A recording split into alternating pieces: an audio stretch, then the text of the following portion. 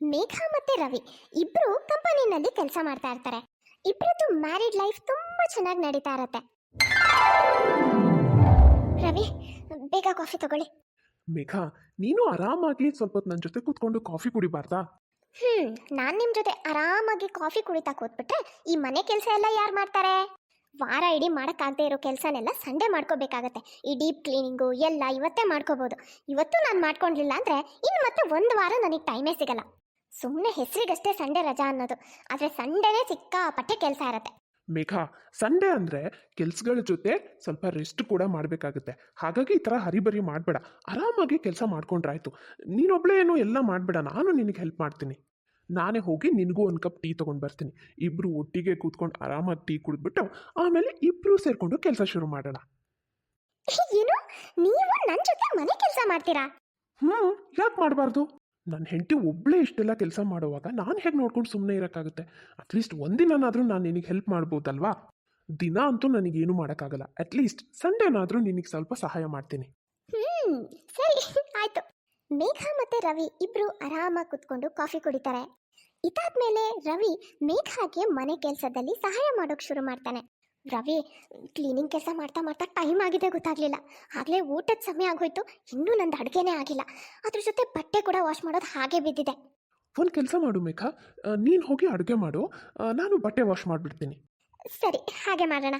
ರವಿ ಬಾತ್ರೂಮಿಗೆ ಹೋಗಿ ಬಟ್ಟೆ ವಾಶ್ ಮಾಡೋಕ್ಕೆ ಶುರು ಮಾಡ್ತಾನೆ. ಅದೇ ಸಮಯಕ್ಕೆ ಸರಿಯಾಗಿ ರವಿ ತಾಯಿ ಮಮತಾ ಊರಿಂದ ಬರ್ತಾಳೆ. ಅತ್ತೆ, ಅತ್ತೆ ಚೆನ್ನಾಗಿದ್ದೀರಾ? ಹೂನಮ್ಮ, ನಾನು ಚೆನ್ನಾಗಿದ್ದೇನೆ. ನೀನು ಹೇಗಿದ್ಯಾ? ನಾನು ಚೆನ್ನಾಗಿದ್ದೀನತ್ತೆ. ಅಲ್ಲ ಅತ್ತೆ, ಇದೇನಿದು ಸರ್ಪ್ರೈಸ್ ಆಗಿ ಬಂದಿದ್ದೀರಾ? ಮೊದಲೇ ಹೇಳಿದ್ದಿದ್ರೆ ಬಸ್ ಸ್ಟಾಪಿಗೆ ನಾನು ಇವ್ರನ್ನಾದ್ರೂ ಕಳಿಸ್ಕೊಡ್ತಿದ್ನಲ್ಲ. ಪರವಾಗಿಲ್ಲ ಬಿಡಮ್ಮ. ಮೇಘ, ಈ ಬ್ಯಾಗಲ್ಲಿ ಊರಲ್ಲಿ ಸಿಗೋ ಒಂದಷ್ಟು ಫ್ರೆಶ್ ಆಗಿರೋ ತರಕಾರಿ ಎಲ್ಲ ಇದೆ, ಅದನ್ನೆಲ್ಲ ನೀನು ಜೋಡಿಸ್ತಾ ಇರೋ. ಅಷ್ಟರಲ್ಲಿ ನಾನು ಸ್ವಲ್ಪ ಕೈಕಾಲು ಮುಖ ತೊಳ್ಕೊಂಡು ಬರ್ತೀನಿ. ಸರಿ ಅತ್ತೆ. ಮಮತಾ ಸೀದಾ ಬಾತ್ರೂಮ್ ಕಡೆ ಹೋಗ್ತಾಳೆ.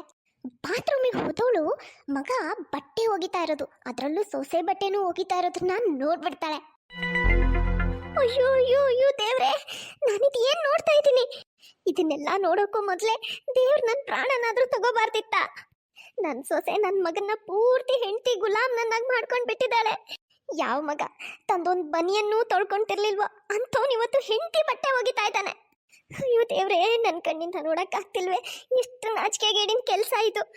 ಅಮ್ಮ, ಯಾಕೆ ಹೀಗಾಡ್ತಿದ್ಯಾ? ಅಂಥದ್ದು ಏನಾಯ್ತು ಇವಾಗ? ನೀನು ಇಷ್ಟೊಂದು ಓವರ್ ಆಗಿ ರಿಯಾಕ್ಟ್ ಮಾಡುವಂಥದ್ದು ಏನಾಗಿದೆಯಮ್ಮ? ಇಷ್ಟು ದಿನ ಆದಮೇಲೆ ಅಮ್ಮ ಅದರಲ್ಲೂ ಸರ್ಪ್ರೈಸ್ ಆಗಿ ಬಂದಿದ್ದೀನಿ, ನೋಡಿ ಖುಷಿ ಪಟ್ಟು ಅಮ್ಮ ಹೇಗಿದ್ಯಾ ಅಂತ ಕೇಳೋದ್ರ ಬದಲು ನನಗೆ ತಿರುಗುತ್ತರ ಕೊಡ್ತಾ ಇದೆಯಾ? ನೀನು ಯಾಕೆ ಹೀಗಾಗಿದ್ಯಾ ಅಂತ ನನಗೆ ಚೆನ್ನಾಗಿ ಗೊತ್ತು ಕಣೋ. ಇದಕ್ಕೆಲ್ಲ ಕಾರಣ ನಿನ್ನ ಹೆಂಡತಿ, ಎಲ್ಲ ಅವಳು ಪ್ರಭಾವನೆ. ಅಮ್ಮ, ನೀನು ಹೇಳೋ ಥರ ಎಲ್ಲ ಏನೂ ಇಲ್ಲ. ಸುಮ್ಮನೆ ಏನೇನೋ ಹೇಳಬೇಡ. ಸಾಕು ಸುಮ್ಮನಿರೋ, ಎಲ್ಲ ಕಣ್ಣೆದ್ರಿಗೆ ಕಾಣ್ತಾ ಇದೆ. ಇವನಿಗೆ ಏನು ಹೇಳಬಾರ್ದಂತೆ. ಬಂದ್ಲಲ್ಲ ಮಹಾರಾಣಿ. ನನ್ನ ಮಗ ಸರಿಯಾಗಿ ಬಟ್ಟೆ ಎಲ್ಲ ಒಗ್ದಿದ್ದಾನೋ ಇಲ್ವೋ ಅಂತ ನೋಡಕ್ ಬಂದೇನೆ. ಏನೇ, ನನ್ನ ಮಗನ್ ನಿನ್ ಮದುವೆ ಆಗಿದ್ದು ಅವನನ್ನ ನಿನ್ ಗುಲಾಮ್ನನ್ನಾಗಿ ಮಾಡ್ಕೊಳಕೇನೆ? ಹೆಂಗಿದ್ದಿದ್ ನನ್ನ ಮಗನ್ನ ಮನೆಗೆ ಕೆಲಸದ ಒಂಥರ ಮಾಡ್ಕೊಂಡಿದ್ದಾಳೆ. ಗಂಡನಿಗೆ ತನ್ನ ಸೀರೆ ಒಗ್ಯಕ್ಕೆ ಹಚ್ಚಿ ತಾನು ಮಾತ್ರ ಆರಾಮಾಗಿದ್ದಾಳೆ. ನಿನ್ನ ಬಟ್ಟೆನ ಅವನ ಹತ್ರ ಒಗಿಸ್ತಾ ಇದೆಯಲ್ಲೇ, ನಿನಗೆ ಸ್ವಲ್ಪನೂ ನಾಚಿಕೆ ಗೀಚಿಕೆ ಆಗಲ್ವಾ? ಅಮ್ಮ, ನೀನು ತಿಳ್ಕೊಂಡಿರೋ ಥರ ಎಲ್ಲ ಏನೂ ಇಲ್ಲ. ಸುಮ್ಮನೆ ಗೊತ್ತಿಲ್ಲದೆ ಏನೇನೋ ಮಾತಾಡಬೇಡ. ಕಣ್ಣೆದ್ರಿಗೆ ಎಲ್ಲ ಕಾಣ್ತಾ ಇದೆ, ಮತ್ತು ನೀನು ತಿಳ್ಕೊಂಡಿರೋ ಥರ ಎಲ್ಲ ಏನೂ ಇಲ್ಲ ಅಂತೀಯಾ? ನಾನು ತಿಳ್ಕೊಂಡಿರೋ ಥರ ಎಲ್ಲ ಏನೂ ಇಲ್ಲ ಅನ್ನೋದೇ ಆಗಿದ್ರೆ ಬಾತ್ರೂಮಲ್ಲಿ ಕೊಳೆ ಬಟ್ಟೆ ಮುಂದೆ ಕುತ್ಕೊಂಡು ಏನು ಭಜನೆ ಮಾಡ್ತಾ ಇದ್ಯಾ? ಸಾಕಮ್ಮ, ಸಾಕು ಮಾಡು. ಸುಮ್ಮನೆ ರೀ, ನೀವೇನು ಹೇಳಬೇಡಿ. ಅತ್ತೆ ಏನು ತಪ್ಪಾಗಿ ಹೇಳ್ತಿಲ್ಲ. ನೋಡು, ಈಗಲೂ ಹೆಂಡತಿ ಮಾತನ್ನೇ ಕೇಳ್ತಾ ಇದ್ದಾನೆ. ಅವಳು ಸುಮ್ಮನಿರು ಅಂದ ತಕ್ಷಣ ಸುಮ್ಮನಾಗ್ಬಿಡ್ತಾನೆ. ಇವನನ್ನ ಅವಳು ಕೈ ಗೊಂಬೆ ಮಾಡ್ಕೊಂಡ್ಬಿಟ್ಟಿದ್ದಾಳೆ. ನಂಗೆ ಗೊತ್ತಾಯ್ತು, ಪಕ್ಕ ಏನೋ ಮಾಟ ಮಂತ್ರ ಮಾಡಿಸಿದಾಳೆ ಇವಳು ನನ್ನ ಮಗನಿಗೆ. ಅತ್ತೆ, ನಿಜವಾಗ್ಲೂ ನೀವು ತಿಳ್ಕೊಂಡಿರೋ ಥರ ಎಲ್ಲ ಏನೂ ಇಲ್ಲ. ನಾನೇನು ಇವ್ರ ಹತ್ರ ದಿನಾ ಕೆಲಸ ಮಾಡಿಸಲ್ಲ ಅತ್ತೆ, ಎಲ್ಲ ನಾನೇ ಮಾಡ್ಕೋತೀನಿ. ಇವತ್ತು ಸಂಡೇ ಇತ್ತಲ್ವಾ, ಸ್ವಲ್ಪ ಮನೆ ಕೆಲಸನೂ ಜಾಸ್ತಿ ಇತ್ತು, ಟೈಮ್ ಬೇರೆ ಆಗೋಗಿತ್ತು. ನನಗೆ ಅಡುಗೆ ಕೂಡ ಮಾಡೋದಿತ್ತು. 1:30-2 ಗಂಟೆ ಆಗ್ತಾ ಬಂದರೂ ಅಡುಗೆ ಆಗಿರಲಿಲ್ಲ. ಬಟ್ಟೆ ಕೂಡ ತೊಳೆಯೋದಿತ್ತು. ಅದಕ್ಕೆ ಇವರೇ ನೀನು ಅಡುಗೆ ಮಾಡು, ಒಂದು ಸ್ವಲ್ಪ ನಾನು ಬಟ್ಟೆ ವಾಶ್ ಮಾಡಿಕೊಡ್ತೀನಿ, ಇವತ್ತು ನೀನು ಕೆಲಸದಲ್ಲಿ ಹೆಲ್ಪ್ ಮಾಡ್ತೀನಿ ಅಂತ ಹೇಳಿ ಮಾಡ್ತಾಯಿದ್ರು ಅಷ್ಟೇ. ಏನಮ್ಮ, ಇವತ್ತು ಒಂದಿನ ಕೆಲಸ ಮಾಡ್ತಾ ಇದ್ನಾ? ಯಾರಿಗೆ ಗೊತ್ತು, ದಿನ ಇದನ್ನೇ ಮಾಡ್ತಾನೋ ಏನೋ. ನನ್ನ ಮಗನ್ ನೋಡಿದ್ರೇನೆ ಗೊತ್ತಾಗ್ತಾ ಇದೆ. ನೋಡು ನೋಡು, ಅವನನ್ನ ಹೇಗೆ ಸೊರಗ ಹೋಗಿದ್ದಾನೆ. ಅವನು ನೋಡಿದ್ರೆ ಗೊತ್ತಾಗ್ತಾ ಇದೆ ಅವನಿಗೇನು ದಿನ ಸರಿಯಾಗಿ ಊಟನೂ ಕೊಡ್ತೀಯೋ ಇಲ್ವೋ. ಅತ್ತೆ, ಹಾಗೆಲ್ಲ ಏನೂ ಇಲ್ಲ, ನೀವು ಸುಮ್ಮನೆ ತಪ್ಪು ತಿಳ್ಕೊಳ್ತಾ ಇದ್ದೀರಾ. ಹೌದಮ್ಮ, ನೀನು ತಿಳ್ಕೊಳ್ತಾ ಇರೋ ಥರ ಎಲ್ಲ ಏನೂ ಇಲ್ಲ. ಇರ್ಲಿ ಇರ್ಲಿ, ಇನ್ನು ಸ್ವಲ್ಪ ದಿನ ಇಲ್ಲೇ ಇರ್ತೀನಲ್ಲ, ಯಾವ್ದು ನಿಜ ಯಾವ್ದು ತಪ್ಪು, ನಾನು ತಿಳ್ಕೊಂಡಿರೋದು ನಿಜಾನೋ ಸುಳ್ಳು ಅನ್ನೋದು ಎಲ್ಲ ಗೊತ್ತಾಗುತ್ತೆ. ರವಿ, ಮಿಕ್ಕಿದ ಬಟ್ಟೆ ಏನಿದೆ ಅದನ್ನ ಅವಳು ತೊಳ್ಕೊತಾಳೆ, ನೀನು ಸುಮ್ಮನೆ ಬಾ. ರೀ, ಸುಮ್ಮನೆ ಹೋಗಿ, ಮಿಕ್ಕಿದ್ದನ್ನು ನಾನು ತೊಳ್ಕೊತೀನಿ. ಮೇಡಮ್ ಅವ್ರು ಹೇಳಿದ್ರಲ್ಲ, ಇನ್ನೂ ಏನು ಮುಖ ನೋಡ್ತಾ ಇದೀಯಾ? ನಡಿ. ನೀನೇನು ಮುಖ ನೋಡ್ತಾ ಇದೀಯಾ? ಮಿಕ್ಕಿದ ಬಟ್ಟೆ ತೊಳಿಯಮ್ಮ. ಇದಾದ್ಮೇಲೆ ಮಮತಾ ಸೊಸೆ ಹತ್ರ ತುಂಬಾನೇ ಕೆಲಸ ಮಾಡಿಸ್ತಾಳೆ. ಮಾರನೇ ದಿನ ಬೆಳಗಿನ ಜಾವ 5 ಗಂಟೆ. ಮೇಘಾ, ಮೇಘಾ! ಏನತ್ತೆ? ನನ್ನ ಬೆಳಗಿನ ಟೀ ಅಲ್ಲೇ? ಅತ್ತೆ, ಇನ್ನೂ 4:45 5 ಗಂಟೆ ಇರಬೇಕು. ಇಷ್ಟು ಬೇಗ ಟೀನಾ? ಇಷ್ಟು ಬೇಗ ಅಂತ ಕೇಳ್ತೀಯಲ್ಲಮ್ಮ. ನಮ್ಮ ಊರಲ್ಲಿ ನಾನು ಇಷ್ಟೊತ್ತಿಗೆ ಟೀ ಕುಡಿಯೋದು. ದಿನ ಇಷ್ಟೊತ್ತಿಗೆ ನನಗೆ ನೀನು ಟೀ ರೆಡಿ ಮಾಡಿಬಿಡ್ಬೇಕಷ್ಟೇ. ಟೀ ಮಾಡು, ಹಾಗೆ ನನಗೆ ಸ್ನಾನಕ್ಕೆ ಬಿಸಿನೀರು ರೆಡಿ ಮಾಡಿಬಿಡು. ಟೀ ಕುಡಿದು ನಾನು ಸ್ನಾನ ಮಾಡಿಬಿಡ್ತೀನಿ. ಸರಿ ಅತ್ತೆ. ಮೇಘ ನಿದ್ದೆಗಣ್ಣಲ್ಲೇ ಹೋಗಿ ಅತ್ತೆಗೆ ಟೀ ರೆಡಿ ಮಾಡ್ತಾಳೆ, ಸ್ನಾನಕ್ಕೆ ಬಿಸಿ ನೀರನ್ನು ರೆಡಿ ಮಾಡ್ತಾಳೆ. ನಾನು ಸ್ನಾನ ಮಾಡಿ ಬರೋಷ್ಟರಲ್ಲಿ ತಿಂಡಿ ರೆಡಿ ಮಾಡಿಬಿಡು. ಹಾಗೆ ಇನ್ನೊಂದು ನೆನಪಿರಲಿ, ನೀನು ಸ್ನಾನ ಮಾಡಿನೇ ತಿಂಡಿ ಮಾಡಬೇಕು, ಹಾಗೆ ತಿಂಡಿ ಮಾಡೋ ಹಾಗಿಲ್ಲ. ಸ್ನಾನ ಮಾಡದೆ ತಿಂಡಿ ಮಾಡಿದ್ರೆ ಅದನ್ನು ನಾನು ತಿನ್ನಲ್ಲ. ಹಾಂ, ಸರಿ ಅತ್ತೆ. ಮೇಘ ಸ್ನಾನ ಮಾಡಿ ಅತ್ತೆಗೆ ತಿಂಡಿ ರೆಡಿ ಮಾಡಿಕೊಡ್ತಾಳೆ. ಎಲ್ಲಿ ಹೋಗ್ತಿದ್ಯಮ್ಮ ಮೇಘ? ಅತ್ತೆ, ಆಫೀಸಿಗೆ ಹೋಗೋಕ್ಕೆ ರೆಡಿ ಆಗಕ್ಕಂತ ಹೋಗ್ತಾ ಇದ್ದೀನಿ. ಈಗಲೇ ಆಫೀಸಿಗೆ ರೆಡಿಯಾಗಿ ಹೊರಟ್ಬಿಟ್ಯಾ? ಹಾಗಾದ್ರೆ ಮಧ್ಯಾಹ್ನದ ಅಡುಗೆ ಯಾರು ಮಾಡ್ತಾರೆ? ಅತ್ತೆ, ಇನ್ನೂ ಬೆಳಗ್ಗೆ 8 ಗಂಟೆ ಅಷ್ಟೇ, ಈಗಲೇ ಮಧ್ಯಾಹ್ನದ ಅಡುಗೆನೂ ರೆಡಿ ಮಾಡಬೇಕಾ? ಹಾಂ, ಮತ್ತೆ ನೀನು ಎತ್ಕೊಂಡು ಆಫೀಸಿಗೆ ಹೋದರೆ ಆಮೇಲೆ ನಾನು ಅಡುಗೆ ಮಾಡ್ತಾ ಕೂತ್ಕೊಳ್ಳ? 8 ಗಂಟೆ ಆದ್ರೇನು 7 ಗಂಟೆ ಆದ್ರೇನು ಮಧ್ಯಾಹ್ನದ ಅಡುಗೆನೂ ಈಗಲೇ ರೆಡಿ ಮಾಡಿಬಿಡು. ಸರಿ ಅತ್ತೆ. ಮೇಘ ಹೋಗಿ ಬೇಗ ಬೇಗ ಮಧ್ಯಾಹ್ನದ ಅಡುಗೆನೂ ರೆಡಿ ಮಾಡ್ತಾಳೆ. ಅಷ್ಟೊತ್ತಿಗಾಗಲೇ ಅವಳಿಗೆ ಆಫೀಸಿಗೆ ಲೇಟ್ ಆಗಿಬಿಟ್ಟಿರುತ್ತೆ. ಹಾಗಾಗಿ ಬೇಗ ಬೇಗ ಆಫೀಸ್ ಕಡೆ ಓಡ್ತಾಳೆ. ಸಂಜೆ ಆಫೀಸಿಂದ ಬಂದಮೇಲೆ, ಮೇಘ, ಇದೇನಿದು ಕೈ ಬೀಸ್ಕೊಂಡು ಬರ್ತಾ ಇದೆಯಾ? ಆಫೀಸಿಂದ ವಾಪಸ್ ಮನೆಗೆ ಬರಬೇಕಿದ್ರೆ ಮನೇಲಿ ಏನು ಖಾಲಿ ಆಗಿದೆ ಅಂತ ತಿಳ್ಕೊಂಡು ತರಕಾರಿ ಸಾಮಾನು ಅದೇನೇನು ಬೇಕು ತರಬೇಕು ಅಂತ ಗೊತ್ತಾಗಲ್ವಾ ನಿನಗೆ? ಮನೇಲಿ ನೋಡಿದ್ರೆ ತರಕಾರಿನೇ ಇಲ್ಲ, ಅಲ್ಲಿ ಎಲ್ಲ ಖಾಲಿಯಾಗಿ ಹೋಗಿದೆ. ಅತ್ತೆ, ನಾನು ರವಿಗೆ ಹೇಳ್ತೀನಿ ಬಿಡಿ, ಅವರು ಆನ್ಲೈನ್ ಆರ್ಡರ್ ಮಾಡ್ತಾರೆ. ನೋಡು, ಇದನ್ನೇ ಹೇಳೋದು ಕೆಲಸಕ್ಕೆ ಕಳ್ ಬೀಳೋದು ಅಂತ. ಅದೆಷ್ಟು ಸೋಮಾರಿತನನೇ ನಿನಗೆ? ನಿನ್ನೆ ಭಾನುವಾರ ಆಗಿತ್ತು ಅಂತ ಹೇಳಿ ನನ್ನ ಮಗನ ಹತ್ರ ಇಡೀ ದಿನ ಕೆಲಸ ಮಾಡಿಸಿದ್ಯಾ? ಹಾಗತ್ತೆ ಇವತ್ತು ಭಾನುವಾರನ? ಇವತ್ತು ಎಲ್ಲದನ್ನು ನನ್ನ ಮಗನಿಗೆ ಹೇಳ್ತೀಯಾ? ಆಫೀಸಿಂದ ಬರಬೇಕಿದ್ರೆ ಹಾಗೆ ಸೀದಾ ಮಾರ್ಕೆಟ್ ಕಡೆನೂ ಹೋಗಿ ತರಕಾರಿ ತರಕ್ಕೆ ಆಗ್ತಿರ್ಲಿಲ್ಲ ನಿನಗೆ? ಮಾರ್ಕೆಟಿಂದ ತಂದಿದ್ರೆ ಸ್ವಲ್ಪ ಕಡಿಮೆ ರೇಟಿಗೂ ಸಿಗ್ತಾ ಇತ್ತು. ಅತ್ತೆ, ನನಗೆ ಆಫೀಸಲ್ಲೂ ಸಿಕ್ಕಾಪಟ್ಟೆ ಕೆಲಸ ಇರುತ್ತೆ, ಅದ್ರ ಜೊತೆ ಮನೇಲೂ ಅಷ್ಟೇ ಕೆಲಸ ಇರುತ್ತೆ. ಹಾಗಾಗಿ ನನಗೆ ಮಾರ್ಕೆಟ್ ಕಡೆ ಎಲ್ಲ ಹೋಗೋಷ್ಟು ಟೈಮ್ ಇರಲಿಲ್ಲ. ಅಷ್ಟಕ್ಕೂ ಮಾರ್ಕೆಟ್ಗೂ ಆನ್ಲೈನ್ಗೂ ಏನೂ ವ್ಯತ್ಯಾಸ ಇಲ್ಲ, ಎಲ್ಲ ಒಂದೇ ರೇಟಲ್ಲೇ ಸಿಗುತ್ತೆ. ಇನ್ನು ಹೇಳಬೇಕಂದ್ರೆ ಮಾರ್ಕೆಟಿಂದ ತರೋದ್ರಿಗಿಂತ ಆನ್ಲೈನಿಂದ ತರಿಸ್ತೀವಲ್ಲ, ಆ ತರಕಾರಿಗಳು ತುಂಬ ಫ್ರೆಶ್ ಆಗಿರುತ್ತೆ. ಹೀಗಿರ್ಬೇಕಿದ್ರೆ ಆನ್ಲೈನಲ್ಲಿ ತರಿಸೋದ್ರಲ್ಲಿ ಏನು ತಪ್ಪಿದೆ ಹೇಳಿ? ಹೋಗಲಿ ಬಿಡಿ ಅತ್ತೆ, ನಾನು ರವಿಗೂ ಹೇಳಲ್ಲ, ನಾನೇ ಆನ್ಲೈನ್ ಆರ್ಡ್ರ್ ಮಾಡ್ತೀನಿ. ಮೇಘ ಹೋಗಿ ತಾನೇ ತರಕಾರಿನೆಲ್ಲ ಆನ್ಲೈನಲ್ಲಿ ಆರ್ಡ್ರ್ ಮಾಡ್ತಾಳೆ. ಸ್ವಲ್ಪ ಹೊತ್ತಲ್ಲಿ ಆರ್ಡ್ರ್ ಮಾಡಿರೋ ತರಕಾರಿನೆಲ್ಲ ತಂದು ಕೊಡ್ತಾರೆ. ಮೇಘ ಹೋಗಿ ಇಸ್ಕೋತಾಳೆ.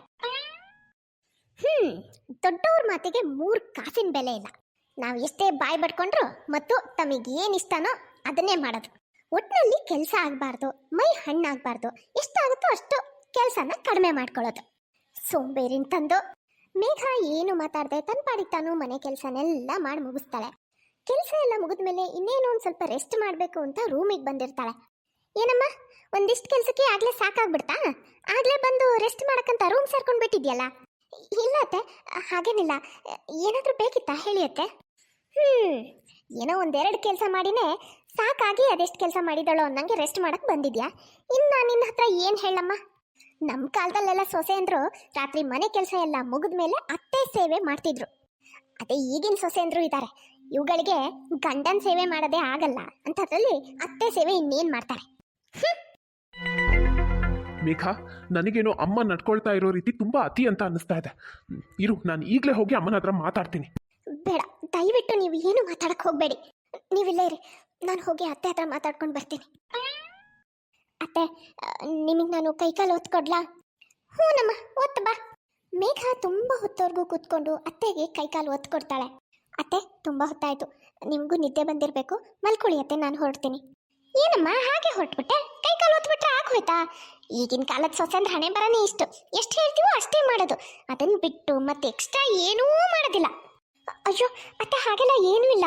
ಹೇಳಿ ಅತ್ತೆ, ಏನು ಮಾಡಬೇಕು? ಸ್ವಲ್ಪ ತಲೆಗೆ ಎಣ್ಣೆ ಹಚ್ಚಿ ಮಸಾಜ್ ಮಾಡು. ಸರಿ ಅತ್ತೆ. ಅತ್ತೆ ಸೇವೆ ಎಲ್ಲ ಮುಗಿಸಿ ಮೇಘ ಮಲ್ಗಕ್ಕೆ ಹೋಗೋಷ್ಟರಲ್ಲಿ 1:30-2 ಗಂಟೆ ಆಗಿರುತ್ತೆ. ಮೇಘ ಮಲಗಿನ್ನೂ ಒಂದು 2-3 ಗಂಟೆ ಅಷ್ಟೇ ಆಗಿರುತ್ತೆ. ಅಷ್ಟೊತ್ತಿಗೆ ಬೆಳಗಿನ ಜಾವ 5 ಗಂಟೆಗೆ ಅತ್ತೆ ಬಂದು ಅವಳನ್ನ ಎಬ್ಬಿಸ್ತಾಳೆ.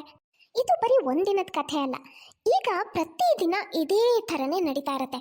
ದಿನಾ ರಾತ್ರಿ ಮೇಘ ಮಲಗೋದು 1-2 ಗಂಟೆ ಆಗ್ತಾ ಇರುತ್ತೆ. ಬೆಳಗ್ಗೆ ಮತ್ತೆ 4:30-5 ಗಂಟೆಗೆ ಹೇಳೋದು. ಅತ್ತೆ ಅಂತೂ ಅವಳಿಗೆ 1 ನಿಮಿಷ ಆರಾಮಾಗಿ ಉಸಿರು ತಗೊಳಕ್ಕೂ ಪುರ್ಸೋತ್ ಕೊಡ್ತಾ ಇರಲ್ಲ.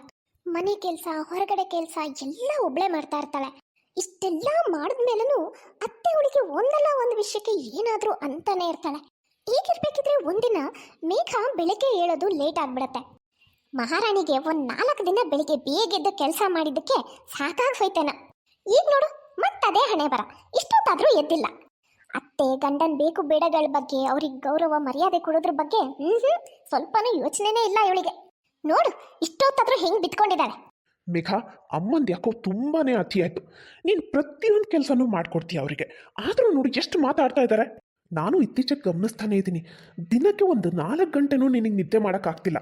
ಹೀಗೆ ಆದರೆ ನಿನ್ನ ಆರೋಗ್ಯದ ಗತಿ ಏನು ಮೇಘ? ಆರೋಗ್ಯ ಹಾಳಾಗಲ್ವಾ? ನೀವೇನು ತಲೆ ಕೆಡ್ಸ್ಕೋಬೇಡಿ, ಏನೂ ಆಗಲ್ಲ. ಹಾಗೆ ನೀವು ನಿಮ್ಮಮ್ಮನಿಗೆ ಏನೂ ಹೇಳಕ್ ಹೋಗ್ಬೇಡಿ. ನೀವು ಏನಾದರೂ ಹೇಳಕ್ ಹೋದ್ರೆ ಏನಿಲ್ಲ, ಆಮೇಲೆ ನಿಮಗೆ ಇಷ್ಟುದ್ದ ಲೆಕ್ಚರ್ ಕೊಡ್ತಾರೆ. ನಾನೇನೋ ಹೇಗೋ ಕೇಳಿಸ್ಕೊತೀನಿ, ಆದರೆ ನಿಮಗಂತೂ ಕೇಳಿಸ್ಕೊಳಕ್ಕಾಗಲ್ಲ. ಇಲ್ಲ ಇಲ್ಲ, ಮೋಸ್ಟ್ಲಿ ನೀವು ಈಗ ಹೋಗಿ ಅವ್ರಿಗೆ ಏನಾದರೂ ಹೇಳಿದ್ರೆ ಅವ್ರು ನಿಮ್ಗಂತೂ ಏನು ಅನ್ನಲ್ಲ. ಆಮೇಲೆ ಅವ್ರು ಅನ್ನೋದೇ ನನಗೆ ಅಂತಾರೆ. ನಾನೇ ನಿಮಗೆ ಹೇಳ್ಕೊಟ್ಟು ಅವ್ರಿಗೆ ಬಯಸಿದ್ದೀನಿ ಅಂತ ತಿಳ್ಕೊತಾರಷ್ಟೇ ಅವರು. ಮಹಾರಾಣಿಗೆ ನಿನ್ನ ಬೆಳಕು ಕರೆದಿದ್ಯೋ ಇಲ್ಲ ನಾನೇ ಎದ್ದು ಎಲ್ಲ ಕೆಲಸ ಮಾಡಬೇಕು? ಅತ್ತೆ ಬಂದೆ. ಮೇಘ ಎದ್ದು ಹೋಗಿ ಮತ್ತೆ ಮನೆ ಕೆಲಸದಲ್ಲಿ ಬ್ಯುಸಿ ಆಗ್ತಾಳೆ. ಹೀಗೆ ಇನ್ನೂ ಸ್ವಲ್ಪ ದಿನ ಕಳೆಯುತ್ತೆ. ತುಂಬಾ ಕೆಲಸ, ಸರಿಯಾಗಿ ನಿದ್ದೆನೂ ಇಲ್ಲದೆ ಇರೋ ಕಾರಣ ಮೇಘಾಗೆ ಆರೋಗ್ಯ ಹದಗೆಡ್ತಾ ಬರುತ್ತೆ. ಯಾಕೆ ಮುಖ ಹಿಂಗೆ ಇಟ್ಕೊಂಡಿದ್ಯಾ? ಓ, ಮೇಡಮ್ ಅವರಿಗೆ ಮತ್ತೆ ಹುಷಾರಿಲ್ವೇನೋ? ಅಂಥದ್ದು ಏನಾಗಿದೆಯಾ ನಿನಗೆ? ಪ್ರತಿ 2 ದಿನಕ್ಕೊಂದ್ಸಲ ಇದೇ ನಾಟಕ ಶುರು ಮಾಡ್ತೀಯಲ್ಲ. ನಾನು ಇಲ್ಲದೆ ಇರಬೇಕಿದ್ರೆ ನನ್ನ ಮಗನ ಹತ್ರ ಬೇಕಾದಷ್ಟು ಕೆಲಸ ಮಾಡಿಸ್ಕೊತಾ ಇದ್ದೆ. ಅದೇ ಈಗ ಒಬ್ಳೆ ಎಲ್ಲ ಕೆಲಸ ಮಾಡಬೇಕಿದ್ರೆ ನೋಡು ಹೆಂಗಾಗಿದೆ ಪರಿಸ್ಥಿತಿ. ಅದೇ ಮೊದಲಿಂದನೂ ನೀನೊಬ್ಳೆ ಎಲ್ಲ ಕೆಲಸ ಮಾಡ್ತಾ ಇದ್ದಿದ್ರೆ ಅವಾಗಲೇ ಅಭ್ಯಾಸ ಆಗಿರೋದು. ಈಗ ಈ ಥರ ಹುಷಾರಿಲ್ಲದೆ ಬೀಳ್ತಿರ್ಲಿಲ್ಲ. ಅಷ್ಟಕ್ಕೂ ಹುಷಾರು ತಪ್ಪೋಷ್ಟು ಕೆಲಸ ಏನು ನಿನಗೆ ಆಗ್ತಾ ಇಲ್ಲ. ಸುಮ್ಮನೆ ನಾಟಕ ಮಾಡ್ತಾ ಇದೆಯಾ ಅಷ್ಟೇ, ಕೆಲಸದಿಂದ ತಪ್ಪಿಸ್ಕೊಳಕ್ಕೆ. ನನಗೇನು ಅರ್ಥ ಆಗಲ್ವಾ? ಅವಾಗ ಗಂಡನ ಹತ್ರ ಕೆಲಸ ಮಾಡಿಸ್ತಾ ಇರ್ತಿದ್ಯಲ್ಲ, ನಿನಗೆ ನಾಚಿಕೆ ಆಗಲ್ವಾ? ಅತ್ತೆ ಹಾಗೆಲ್ಲ ಏನೂ ಇಲ್ಲ. ನೀನೇನೇ ಹೇಳಿದ್ರು ನನಗೆಲ್ಲ ಗೊತ್ತು. ಮೇಘಾಗೆ ತುಂಬಾನೇ ಹುಷಾರಿರಲ್ಲ, ಅವಳಿಗೆ ತುಂಬಾ ಸುಸ್ತಿರತ್ತೆ. ಹಾಗಾಗಿ ಅವಳು ಏನೂ ಮಾತಾಡದೆ ಸುಮ್ಮನೆ ರೂಮಿಗೆ ಹೋಗಿ ಮಲ್ಕೊಳ್ತಾಳೆ. ರವಿ ಆಫೀಸಿಂದ ಮನೆಗೆ ಬಂದವನಿಗೆ ಹೆಂಡತಿ ಪರಿಸ್ಥಿತಿನ ನೋಡಿ ತುಂಬಾ ಬೇಜಾರಾಗುತ್ತೆ. ತಾಯಿ ನಡ್ಕೊಳ್ತಾ ಇರೋ ರೀತಿಯಿಂದ ತುಂಬಾನೇ ಕೋಪ ಬರುತ್ತೆ. ರೀ ಪ್ಲೀಸ್ ನೀವು ಕೋಪ ಮಾಡ್ಕೋಬೇಡಿ. ಅತ್ತೆಗೆ ಈ ಥರ ಎಲ್ಲ ಮಾತಾಡೋದು ಅವ್ರಿಗೆ ಅಭ್ಯಾಸ ಆಗೋಗಿದೆ. ಏನು ಮಾಡೋಕ್ಕಾಗತ್ತೆ ಹೇಳಿ? ಏನು ಹೇಳ್ತಿದ್ಯಾ ಮೇಘ? ನಮ್ಮಮ್ಮ ಬರೀ ಮಾತಾಡಲ್ಲ, ಬರೀ ಮಾತಾಡಿದಿದ್ರೆ ನನಗಿಷ್ಟು ಕೋಪ ಬರಲ್ಲ. ಅವ್ರು ಆಡೋ ಮಾತು ಎದುರುಗಡೆ ಇರೋರನ್ನ ಕೊಲ್ಲೋ ಅಷ್ಟು ಶಾರ್ಪ್ ಆಗಿರತ್ತೆ. ಅಷ್ಟು ನೋವಾಗೋ ಹಾಗೆ ಮಾತಾಡ್ತಾರೆ. ನೀನು ಇವತ್ತಿನ ಪರಿಸ್ಥಿತಿಗೆ ನಮ್ಮಮ್ಮನೇ ಕಾರಣ. ನಾನು ನೀನು ತಡೀತಿದ್ದೆ ಅಂತ ಹೇಳಿ ಸುಮ್ಮನೆ ಇರ್ತಿದ್ದೆ. ಸುಮ್ಮನೆ ಇದ್ದಿದ್ದಕ್ಕೆ ಇವತ್ತು ನೋಡಿ ನಿನ್ನ ಪರಿಸ್ಥಿತಿ ಹೇಗಾಗಿದೆ ಅಂತ. ಇನ್ನು ನೀನು ನಮ್ಮಮ್ಮನಿಂದ ನೋವು ಅನುಭವಿಸೋದನ್ನು ನನ್ನಿಂದ ಸಹಿಸ್ಕೊಳ್ಳೋಕ್ಕಾಗಲ್ಲ. ಇವತ್ತು ನಾನು ಈ ವಿಷಯದ ಬಗ್ಗೆ ಅಮ್ಮನ ಹತ್ರ ಮಾತಾಡೇ ಆಡ್ತೀನಿ. ನೀನು ಮಧ್ಯದಲ್ಲಿ ಏನು ಹೇಳೋ ಹಾಗಿಲ್ಲ. ನನ್ನ ಮೇಲಾಣೆ ಹೇಳಿದ್ದೀನಿ. ಅಷ್ಟೊತ್ತಿಗೆ ಅತ್ತೇನೂ ಅಲ್ಲಿಗೆ ಬರ್ತಾಳೆ. ಏನಪ್ಪ, ಏನೋ ಅಮ್ಮನ ಹತ್ರ ಮಾತಾಡ್ತೀನಿ ಅಂತ ಹೇಳ್ತಾ ಇದ್ದ ಹಾಗಿತ್ತು. ಏನು ಮಾತಾಡೋದಿತ್ತು ನೀನು? ನನಗೆಲ್ಲ ಗೊತ್ತಪ್ಪ. ನೀನು ಬರ್ತಿದ್ದ ಹಾಗೆ ನನ್ನ ಬಗ್ಗೆ ಇಲ್ಲಿ ಸಲ್ಲದನ್ನೆಲ್ಲ ಇವಳು ನಿನ್ನ ತಲೆಗೆ ತುಂಬಿದಾಳ್ತಾನೆ. ಅಮ್ಮ, ಮೇಘ ನನ್ನ ಹತ್ರ ನಿನ್ನ ಬಗ್ಗೆ ಏನೂ ಹೇಳಿಲ್ಲ. ನೋಡಮ್ಮ, ಇಲ್ಲಿವರೆಗೂ ನಾನು ಬಾಯಿ ಮುಚ್ಕೊಂಡಿದ್ದೆ. ಆದರೆ ಇವತ್ತು ಹೇಳ್ತಾ ಇದ್ದೀನಿ, ಇನ್ಮೇಲೆ ದಯವಿಟ್ಟು ಮೇಘಾಗೆ ಹಿಂಸೆ ಮಾಡೋದನ್ನ ನಿಲ್ಲಿಸು. ಓಹೋ, ಅಂದ್ರೆ ನಾನು ನಿನ್ನ ಹೆಂಡತಿಗೆ ಹಿಂಸೆ ಮಾಡ್ತೀನಾ? ಮತ್ತಿನ್ನೇನಮ್ಮ, ಹಿಂಸೆ ಅಲ್ಲದೆ ಇನ್ನೇನು ನೀನು ಅವಳ ಜೊತೆ ನಡ್ಕೊಳ್ತಾ ಇರೋ ರೀತಿ? ಬೆಳಗಿನ ಜಾವ 5 ಗಂಟೆಯಿಂದನೇ ಶುರು ಮಾಡ್ತೀಯ. ಬೆಳಗಿನ ಜಾವ 5 ಗಂಟೆಯಿಂದ ರಾತ್ರಿ 1-2 ಗಂಟೆವರೆಗೂ ನೀನು ಹೇಳ್ದ ಹಾಗೆಲ್ಲ ಕೇಳ್ತಾಳೆ ಅವಳು. ನೀನು ಹೇಳಿದ ಕೆಲಸನೆಲ್ಲ ಮಾಡ್ತಾಳೆ. ಒಂದು ಮಾತು ತಿರುಗುತ್ತರ ನಿನಗೆ ಕೊಡೋಲ್ಲ. ನೀನು ಏನೇ ಅಂದರೂ ಅನ್ನಿಸ್ಕೊಂಡು ಸುಮ್ಮನೆ ಇರ್ತಾಳೆ. ಅವಳಿಗೆ 1 ನಿಮಿಷ ಉಸಿರಾಡೋಕ್ಕೂ ಪುರ್ಸೊತ್ತು ಕೊಡಲ್ಲ. ಅದ್ರ ಪರಿಣಾಮ, ಇದೆಲ್ಲದ್ರ ಪರಿಣಾಮ ಇವತ್ತು ಅವಳು ಹುಷಾರಿಲ್ಲದೆ ಮಲಗಿದ್ದಾಳೆ. ಇಷ್ಟಾದರೂ ನಿನಗೆ ಸಮಾಧಾನ ಆಗಿಲ್ವಾ? ಏನೋ ಒಂದು ದಿನ ಅವಳಿಗೆ ಮನೆ ಕೆಲಸದಲ್ಲಿ ನಾನು ಸಹಾಯ ಮಾಡಿದ್ದಕ್ಕೆ ಇಷ್ಟು ದೊಡ್ಡ ಶಿಕ್ಷಣ ಅವಳಿಗೆ ಕೊಡೋದು? ನನಗೆ ಗೊತ್ತು, ಅವಳು ನನ್ನ ಬಗ್ಗೆ ಇಲ್ಲಿ ಸಲ್ಲದನ್ನೆಲ್ಲ ನಿನ್ನ ಹತ್ರ ಹೇಳಿದಾಳೆ. ಅದಕ್ಕೆ ನೀನು ಹೀಗೆಲ್ಲ ಮಾತಾಡ್ತಾ ಇದೀಯಾ? ಅಮ್ಮ, ಎಷ್ಟು ಸಲ ಹೇಳ್ಬೇಕು ನಿನಗೆ? ಅವಳು ನನ್ನ ಹತ್ರ ಏನೂ ಹೇಳಿಲ್ಲ, ನಿನ್ನ ಬಗ್ಗೆ ಏನೂ ಹೇಳಿಲ್ಲ. ಅಮ್ಮ, ಅವಳು ನನ್ನ ಹತ್ರ ಏನೂ ಹೇಳ್ತಾ ಇರಲಿಲ್ಲ, ನಿನ್ನ ಬಗ್ಗೆ ಏನೂ ನನಗೆ ಹೇಳ್ತಾ ಇರಲಿಲ್ಲ. ಹಾಗಂತ ನನಗೇನೂ ಗೊತ್ತಾಗಲ್ಲ ಅಂತ ಮಾಡಿದ್ಯಾ? ನಾನು ಇದೇ ಮನೆಯಲ್ಲೇ ನಿಮ್ಮ ಜೊತೆನೇ ಇದ್ದೀನಿ. ನಾನು ಪ್ರತಿಯೊಂದನ್ನು ಗಮನಿಸ್ತಾ ಇದ್ದೀನಿ. ಯಾರ ಜೊತೆ ಹೇಗೆ ನಡ್ಕೋತಾ ಇದ್ದಾರೆ ಎಲ್ಲ ನನಗೆ ಗೊತ್ತು. ನೀನು ಅವಳನ್ನ ಇಷ್ಟು ಕೀಳಾಗಿ ನಡ್ಸ್ಕೊಳ್ತೀಯಲ್ಲ, ಅವಳಿಗೆ ನೀನು ಹೇಳ್ದಂಗೆಲ್ಲ ಕೇಳ್ಕೊಂಡು ಬಿದ್ದಿರೋ ಅವಶ್ಯಕತೆ ಇದೆ ಅಂತ ಮಾಡಿದ್ಯಾ? ಅವಳು ಎಂಥ ಒಳ್ಳೆ ಪೊಸಿಷನ್ನಲ್ಲಿದ್ದಾಳೆ. ನಿನಗೆ ಗೊತ್ತಾ, ನನಗಿನ್ನ ಜಾಸ್ತಿ ಸಂಬಳ ಬರುತ್ತೆ ಅವಳಿಗೆ. ನನಗಿನ್ನ ಜಾಸ್ತಿ ಈ ಮನೆ ನಡೆಸೋದ್ರಲ್ಲಿ ಅವಳ ಪಾತ್ರನೇ ಹೆಚ್ಚಿರೋದು. ನಿನಗೆ ಊರಿಗೆ ಹಣ ಕಳಿಸ್ತಾ ಇದ್ದಿದ್ದೂ ಅವಳೇ. ತನ್ನ ಸಂಬಳದಲ್ಲೇ ಅವಳು ನಿನಗೂ ಹಣ ಕಳಿಸ್ತಾ ಇದ್ಲು. ಯಾಕಂದರೆ ನನ್ನ ಸಂಬಳ ಎಲ್ಲ ತುಂಬ ಕಮಿಟ್ಮೆಂಟ್ಸ್ ಆಗಿರೋದ್ರಿಂದ ಅಲ್ಲಿಗೆ ಸರಿ ಹೋಗ್ತಾ ಇತ್ತು. ಹಾಗಾಗಿ ನಿನ್ನ ಖರ್ಚಿಗೆ ಕಳಿಸೋದಕ್ಕೆ ನನ್ನ ಹತ್ರ ಉಳಿತಾನೇ ಇರಲಿಲ್ಲ. ಹಾಗಾಗಿ ಪ್ರತಿ ತಿಂಗಳು ನಿನಗೂ ಹಣ ಕಳಿಸ್ತಾ ಇದ್ದಿದ್ದು ಮೇಘಾನೇ, ನಾನಲ್ಲ. ನನಗಿನ್ನ ಡಬಲ್ ಸಂಬಳ ತೊಗೊಂಡ್ರು, ಅಷ್ಟು ಒಳ್ಳೆ ಪೊಸಿಷನ್ನಲ್ಲಿದ್ದರು. ಅವಳಿಗೆ ಯಾವತ್ತೂ ಸ್ವಲ್ಪನೂ ಅದು ಯಾವುದ್ರ ಬಗ್ಗೆನೂ ಅಹಂಕಾರ ಅನ್ನೋದೇ ಇಲ್ಲ. ಎಲ್ಲರಿಗೂ ಗೌರವ ಮರ್ಯಾದೆ ಕೊಡ್ತಾಳೆ, ಪ್ರೀತಿಯಿಂದ ಕಾಣ್ತಾಳೆ. ನೀನು ಅವಳ ಜೊತೆ ಇಷ್ಟು ಕೆಟ್ಟದಾಗಿ ನಡ್ಕೊಂಡ್ರು ಅವಳು ಯಾವತ್ತಾದರೂ ನಿನಗೇನಾದರೂ ಅಂದಿದ್ದಾಳ? ನಿನ್ನ ಜೊತೆ ಕೆಟ್ಟದಾಗಿ ನಡ್ಕೊಂಡಿದ್ದಾಳ? ಇಲ್ಲ ತಾನೆ? ಇದರಲ್ಲೇ ನೀನು ಅರ್ಥ ಮಾಡ್ಕೋಬೇಕು ಅವಳನ್ನು. ನಿನಗೆ ಗೊತ್ತಾ ಅಮ್ಮ, ನೀನು ನಡ್ಕೊಳ್ಳೋ ರೀತಿಯಿಂದ ಬೇಸತ್ತು ಎಷ್ಟು ಸಲ ನಾನು ನಿನ್ನ ಹತ್ರ ಜಗಳ ಮಾಡಬೇಕು ಅಂತ ಹೊರಟಿದ್ದೀನಿ. ಆವಾಗಲೆಲ್ಲ ನನ್ನನ್ನು ತಡೆದೋಳೆ ಇವಳು. ಏನು ಹೇಳ್ತಿದ್ಲು ಗೊತ್ತಾ? ಅತ್ತೆ ಎಷ್ಟೇ ಅಂದರೂ ನಮಗಿನ್ನ ದೊಡ್ಡವರು, ನಿಮ್ಮ ತಾಯಿ, ಅವ್ರ ಜೊತೆ ನೀವು ಈ ರೀತಿ ನಡ್ಕೋಬಾರ್ದು, ನಾವೇ ಒಂದು ಸ್ವಲ್ಪ ಅಡ್ಜಸ್ಟ್ ಆಗೋಣ ಅಂತ ಹೇಳ್ತಾ ಇದ್ಲು. ಗಂಡ ಆದವನು ಹೆಂಡತಿಗೆ ಮನೆ ಕೆಲಸದಲ್ಲಿ ಸಹಾಯ ಮಾಡಿದ್ರೆ ಅದರಲ್ಲಿ ತಪ್ಪೇನಮ್ಮ? ಏನು ತಪ್ಪಿದೆ ಹೇಳು? ನಾನು ಈಗಲೂ ಹೇಳ್ತೀನಿ, ನಾನು ಇನ್ನು ಮುಂದೆನೂ ಅವಳಿಗೆ ಮನೆ ಕೆಲಸದಲ್ಲಿ ಸಹಾಯ ಮಾಡ್ತೀನಿ. ಅವಳು ನನ್ನ ಹೆಂಡತಿಗೆ ನಾನು ಸಹಾಯ ಮಾಡಿದೆ, ಇನ್ಯಾರಿಗೆ ಮಾಡಲಿ? ಮಗನ ಮಾತನ್ನೆಲ್ಲ ಕೇಳಿದ್ಮೇಲೆ ಮಮತಾಗೆ ತಾನು ನಡ್ಕೊಂಡಿರೋ ರೀತಿ ಬಗ್ಗೆ ತುಂಬಾನೇ ಬೇಜಾರಾಗುತ್ತೆ. ಇಂಥ ಸೊಸೆ ಜೊತೆ ನಾನು ಎಷ್ಟು ಕೆಟ್ಟದಾಗಿ ನಡ್ಕೊಂಡು ಬಿಡ್ನಲ್ಲ ಅಂತ ತುಂಬ ಬೇಜಾರು ಮಾಡ್ಕೋತಾಳೆ. ಮೇಘ, ದಯವಿಟ್ಟು ನನ್ನನ್ನು ಕ್ಷಮಿಸ್ಬಿಡಮ್ಮ. ನಿನ್ನ ಎದುರಿಗೆ ನಾನು ಬಹಳ ಚಿಕ್ಕವಳಾಗ್ಬಿಟ್ಟೆ. ನಮಗೆಲ್ಲ ವಯಸ್ಸಾಗಿದೆ ಹೊರತು ಇನ್ನೂ ತಿಳುವಳಿಕೆ ಬರಲಿಲ್ಲ. ಆದರೆ ನೀನು ಈ ಚಿಕ್ಕ ವಯಸ್ಸಲ್ಲಿ ಎಷ್ಟೆಲ್ಲ ಅರ್ಥ ಮಾಡ್ಕೋತೀಯ. ನಾನು ಮಾಡಿದ ತಪ್ಪನ್ನ ಕ್ಷಮಿಸ್ಬಿಡಮ್ಮ. ಇನ್ಮೇಲೆ ನೀನು ನನಗೆ ಸೊಸೆ ಅಲ್ಲ, ಮಗಳಾಗಿರ್ತೀಯ. ಹೋಗ್ಲಿ ಬಿಡಿ ಅತ್ತೆ, ನೀವು ನೊಂದ್ಕೋಬೇಡಿ, ನನಗೂ ಏನೂ ಬೇಜಾರಿಲ್ಲ. ನೋಡಿದ್ರಲ್ಲ ಫ್ರೆಂಡ್ಸ್, ಇವತ್ತಿನ ಈ ವಿಡಿಯೋ ನಿಮಗೆ ಸ್ವಲ್ಪನಾದರೂ ಇಷ್ಟ ಆಗಿದ್ರೆ ಪ್ಲೀಸ್ ಚಾನಲ್ನ ಸಬ್ಸ್ಕ್ರೈಬ್ ಮಾಡಿ. ಹಾಗೆ please please please please like ಮಾಡೋದನ್ನು ಮಾತ್ರ ಮರಿಬೇಡಿ. ಮುಂದಿನ ವಿಡಿಯೋದಲ್ಲಿ ಮತ್ತೆ ಸಿಗೋಣ. Bye friends.